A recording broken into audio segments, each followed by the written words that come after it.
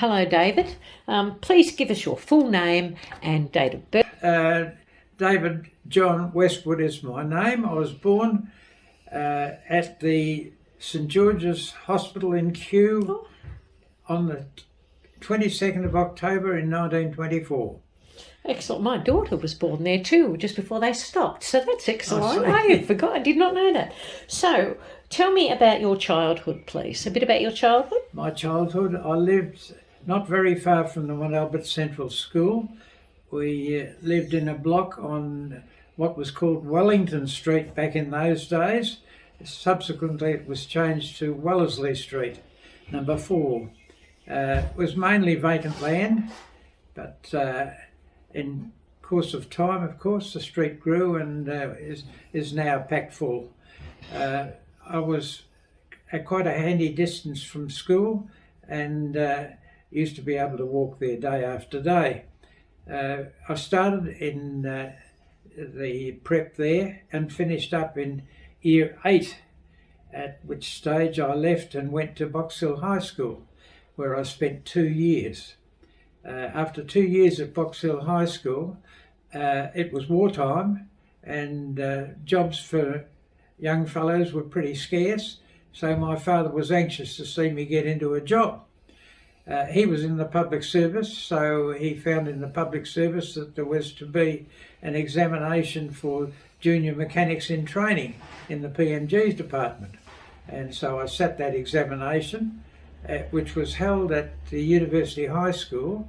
Over 900 boys sat for it, and they wanted, well, in the end they took 50. And I came in the first 50, fortunately, and got the job.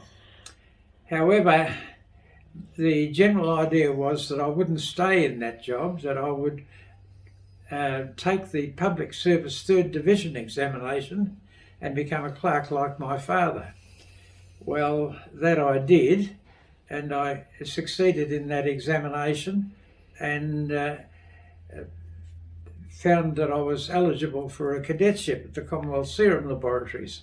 So I became a cadet biochemist at the Commonwealth Serum Laboratories. And while I had started to study at the university towards a diploma of public administration, I had to put that down in favour of a part-time education at the Melbourne Technical College, as it was in those days, and I started on applied chemistry. The Commonwealth Serum Laboratories was not anxious in seeing me get the diploma. They only wanted me to get certain subjects, including biochemistry. There were internal examinations at the serum laboratories in both biochemistry and microbiology. And we had to study on our own those 2 subjects, and there were 2 stages that we had to pass. Well, at the end of 5 years, I'd completed my cadetship, having visited numbers of different departments in the Commonwealth Serum Laboratories and worked there, and was then promoted to biochemist grade 1.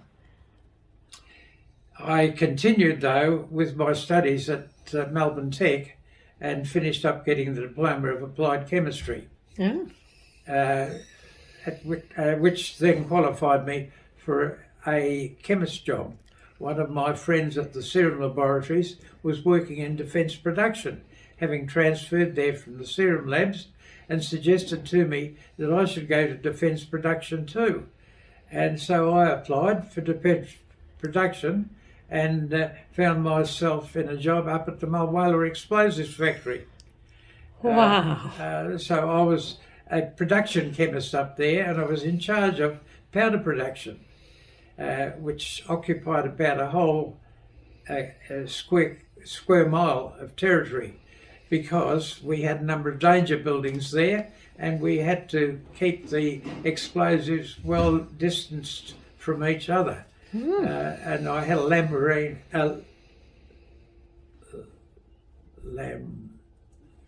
I can't remember the names of those little motor scooters anyhow. So you would ride around on site? And I used to ride around. to visit all the various danger buildings. Well, after I'd been there and been promoted to grade 3, I transferred, or wanted to transfer, back to the Commonwealth Serum Laboratories because the plant at Mulwala was being put on a care and maintenance basis, and NATO didn't like the explosives we were producing there any longer, and so they had to put the plant away. Now it is the only manufacturing plant in Australia for the propellants. Now, fast forward a little bit to 1943, which is about your not only traineeship as a mechanic, but also your war service. Yes, I joined the Air Force in 1942, and the 29th of the 10th, I believe. That's right, one week after my 18th birthday. Oh, wow. And at that stage, I was appointed as a junior, as a wireless mechanic in training. The trainee wireless mechanic, yes. Yeah. So then you were transferred to Richmond, I believe? Yes, well, having completed the 6-month course, which was a 3-year course, which had been reduced to 6 months in length, because they were wanting radar mechanics rather urgently.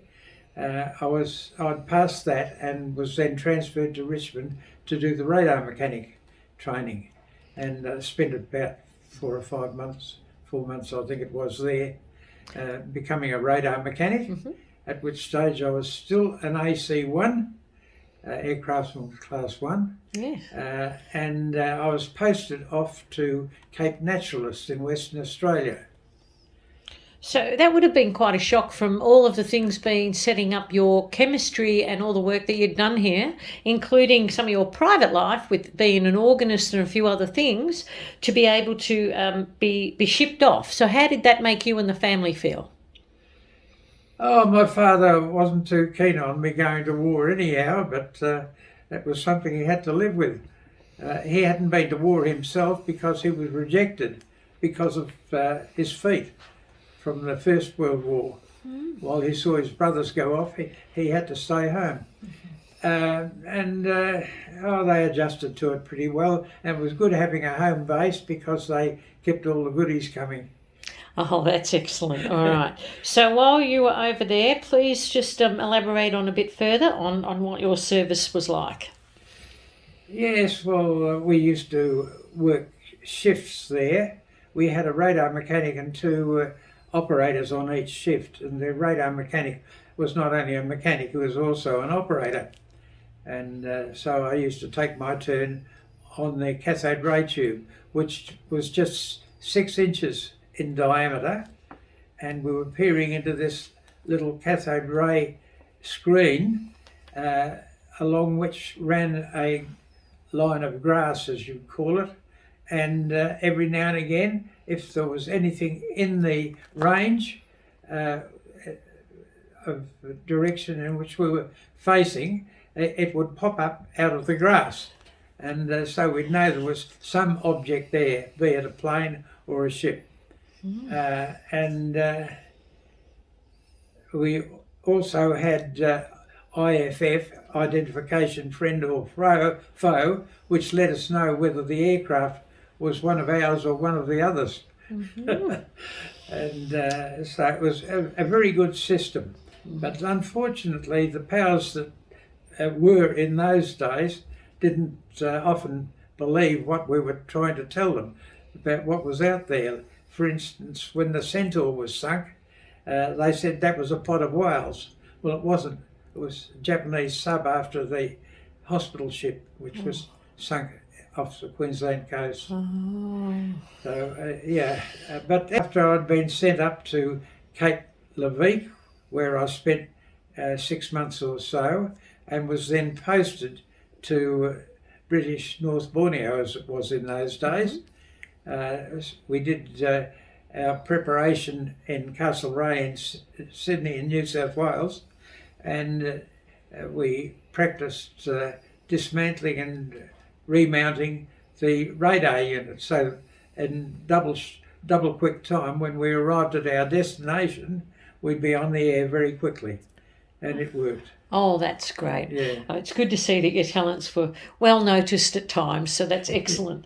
So you did come home at the end of that service, and in 1947, I believe you became engaged to Edith? It wasn't to Edith at that stage, it was to another lady. Oh, sorry. And we were about to be married, and suddenly she called it off. Mm-hmm. So I was free then to take an extra subject at the Melbourne Tech, where I'd already started to do chemical engineering, because when I returned to the Commonwealth Serum Laboratories, they said, we're offering our graduates the opportunity to do further study. Is there anything you'd like to do? And at the Mulwala Explosives Factory, I realised that I needed to know more about chemical engineering. Mm-hmm. And so I said, yes, I'd like to do chemical engineering. And they said, yes, please go ahead. So I studied chemical engineering part-time at the RMIT. Wow. And then you have had some other personal injuries, because you played a lot of sport as well. Is that correct? Yes, I did play a lot of sport. I played hockey for Kew in the Victorian Amateur Hockey Association, and eventually played with another club called ISCF. And when I retired from that, I kept umpiring in hockey until I was 61. So you also were involved in cricket and tennis? Cricket and tennis, yes. I played tennis in the A-grade Baptist and Churches of Christ tennis competition, and as well as that, at one stage I was captaining our church cricket team.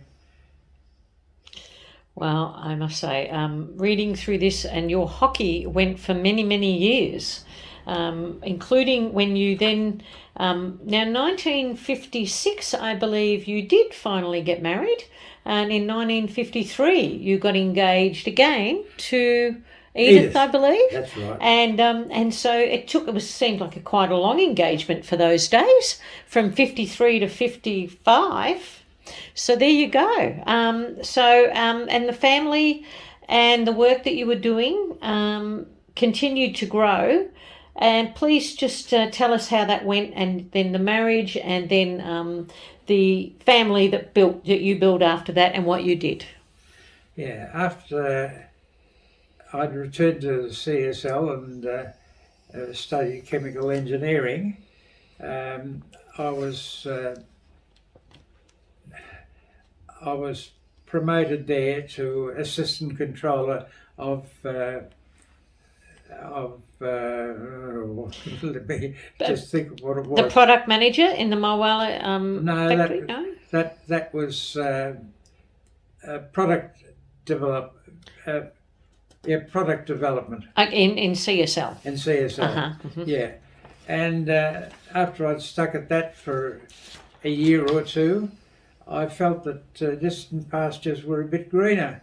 And so I thought, well, maybe my days in the public service are coming to an end. Mm. So I applied for the job of production manager at the cyanamide DHA plant in Laverton North. Mm-hmm. And after waiting about 3 months, I finally landed the job, because they were looking for somebody who had a PhD in pharmacy. Mm. Well, I was far from being a PhD, let alone in pharmacy, but they decided that I was the best applicant, so I got the job. And I stayed there for about 4 years, and during that time I did a world tour, first class. World tour? Visiting their other facilities. Around the world? Around the world. Uh-huh. That would have been quite an experience. It was quite an experience, yeah. And it also gave me the opportunity to take some time out to visit Borneo, where I'd been during the war. And I had an interest in a mission that was there. and it's been a mission which has seen a church grow to quite a considerable size. So by looking through your history, there's a lot of church connections, not only with the mission work, but also local churches. I believe you've been quite involved in a lot of interchurch work. Yes, I have. Yeah, I've played the organ right through my life, but these days they don't have an organ in church any longer.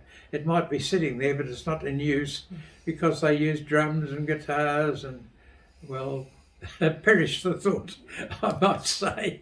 But anyhow, that's for the young ones. And I've been involved in the work of... It looks to me that you actually keep up your organ work even at home right now. So there it is, just over there, the organ. So it's obviously in pride of place here in your lounge.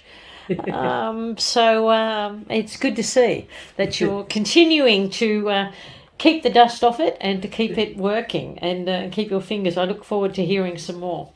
Now, we need to get back to the fact that Edith is married to you and you had a family. So yes, that's right. We had Ken, who was born in Yarrawonga.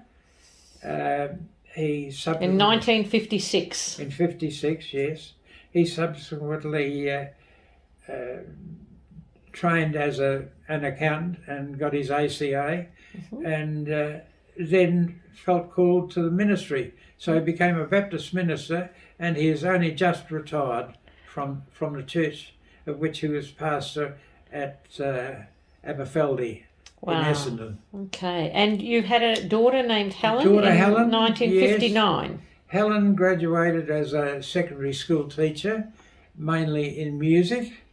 We have a musical family, and Helen has a family of her own, 3 boys and 1 girl, and she has since studied counselling, and so she runs her own family counselling business now.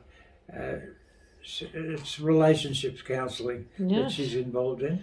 Excellent. And then you had Bruce in 1963? Yes, and Bruce studied at Melbourne University, and he graduated as with an honours degree in science, in microbiology and biochemistry. Able to be part of the community and recognised, and people like you give me a great example. So thank you. God bless you, Dot. Thank you very much. Bye-bye.